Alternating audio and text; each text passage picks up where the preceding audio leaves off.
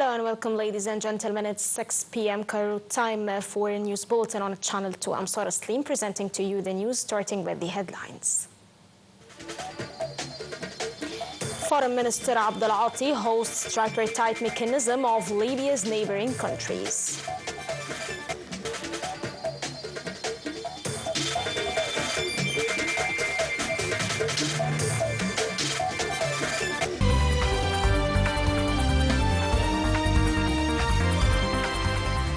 Welcome back to the news in details. Minister of Foreign Immigration and Egyptian Expatriates Affairs Badr Abdel Ati hosted on Saturday a meeting for a tripartite mechanism of Libya's neighboring countries with Algerian Minister of Foreign Affairs and National Community Abroad Ahmed Attaf and Tunisian Foreign Minister Mohammed Ali Nofti. The meeting aimed to discuss the latest developments in Libya and coordinate joint efforts in light of the fragile situation in western Libya, as well as the shared desire to exchange views that would contribute to supporting Libya during such critical time.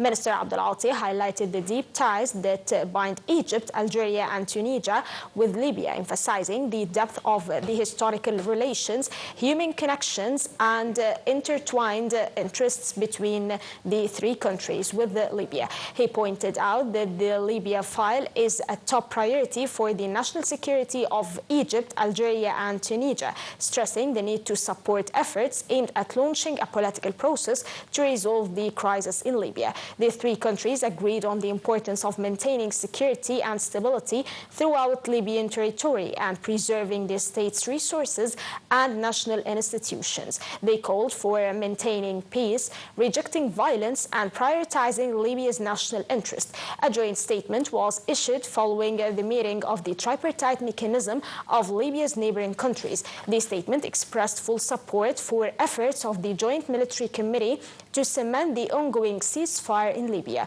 The ministers stressed the need to hold periodic meetings of the tripartite mechanism of neighboring countries.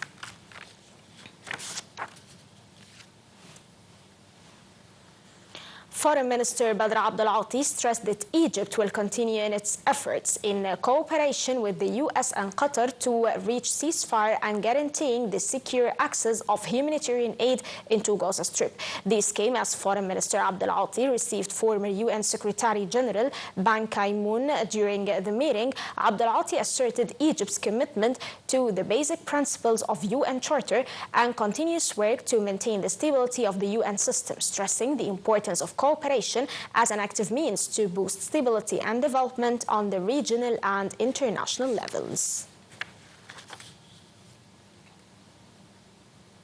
Foreign Minister Badr Abdel Ati expressed his appreciation to the stance of the Netherlands and the European Union over the commitment of Israel to the partnership with the EU. This came in a phone call Foreign Minister Abdel Ati received his Netherlands counterpart Casper Veldkamp, as Abdel Ati underscored the necessity of the international community's support to the principles of international law and rejecting double standards regarding the situation in Gaza Strip. Abdel Ati also condemned Israel's decision to establish new settlements in occupied West Bank and the continuation of a policy of starvation as a weapon against Palestinians in Gaza Strip in a flagrant violation of international law. For his part, Netherlands Foreign Minister expressed his country's rejection of Israeli settlement and the necessity of the access to the humanitarian aid into Gaza Strip. Moreover, Abdel Ati tackled the developments of the latest deal in Yemen with the U.S. over the security of navigation and the international trade in the Red Sea and Suez Canal. Foreign Minister Abdel Ati held a press conference with his Gambian counterpart Mamadou Tangara. Earlier, Foreign Minister Abdel Ati received his Gambian counterpart to hold political consultations on means of enhancing bilateral relations and the challenges facing the African continent. Abdel Ati welcomed the celebration of the 60th anniversary of diplomatic relations between Egypt and Gambia and expressed his aspiration to promote bilateral cooperation with Gambia in various fields.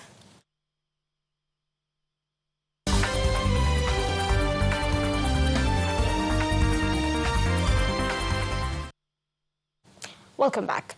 Death toll of Israeli aggression on Gaza Strip since 7th of October 2023 rose to 54,381 martyrs, and injuries rose to. Defense Minister Israel Katz vowed to build a Jewish Israeli state in the occupied West Bank a day after the government announced the creation of 22 settlements in the Palestinian territory. For his part, Palestinian presidential spokesperson Nabil Abu Rudaina said that adopting the creation of 22 new settlements in the West Bank aims of destroying the possibility of establishing a Palestinian state.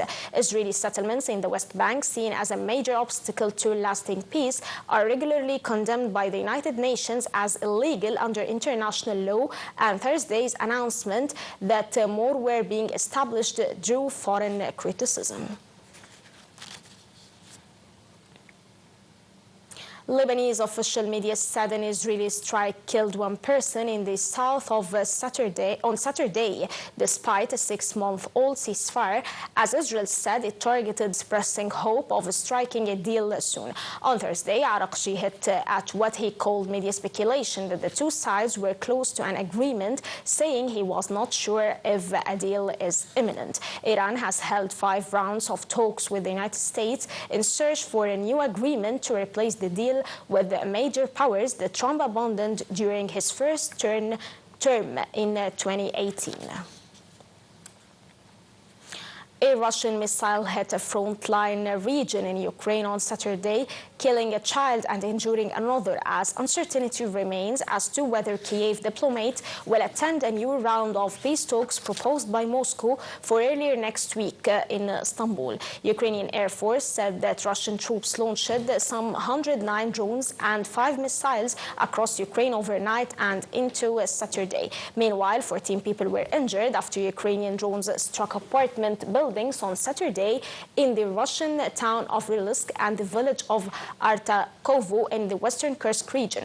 In another development, Ukraine ordered the evacuation of 11 more villages in its Sumy region, bordering Russia-aimed fears Moscow was gearing up for a fresh ground assault. Russia claims to have captured several villages in the northeastern region in recent weeks and has massed more than 50,000 soldiers on the other side of the border.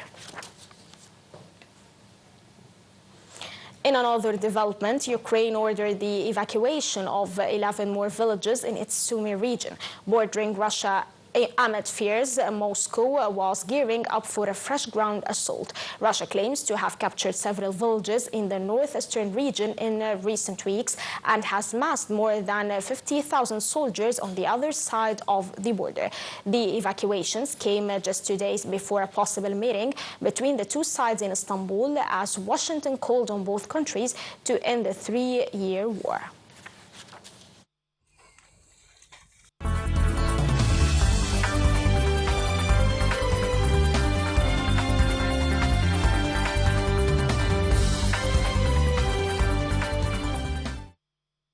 Now moving to the economic and business segment, in which Minister of Finance Ahmed Kojok said Saturday that the upcoming tax facilitation packages will address further challenges in order to broaden the tax base and build a partnership based on certainty, trust and quality service to attract more new taxpayers.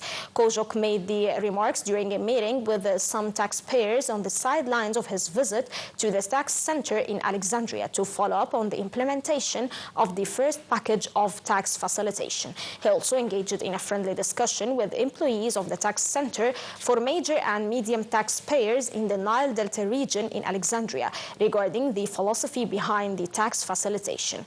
Meanwhile, the minister hailed the efforts exerted by the tax leaderships and staff to improve services provided to the business community. OPEC Plus agreed on Saturday to hike July oil output by 411,000 barrels per day, in same in May and June, as the group of oil-producing countries continues to bring back supply more rapidly than earlier planned. 8 OPEC Plus countries have been raising output faster than scheduled since May, even though the extra supply has weighed on prices. Group leaders Saudi Arabia and Russia are seeking party to punish overproducing allies and to win back market share. On Saturday, the 8 countries agreed to the July increase in an online meeting. They also discussed other options. An OPEC Plus delegate said in a statement issued after the meeting that OPEC Plus cited a steady global economic outlook and current healthy market fundamentals, as reflected in the low oil inventories, as its reasoning for the July increase.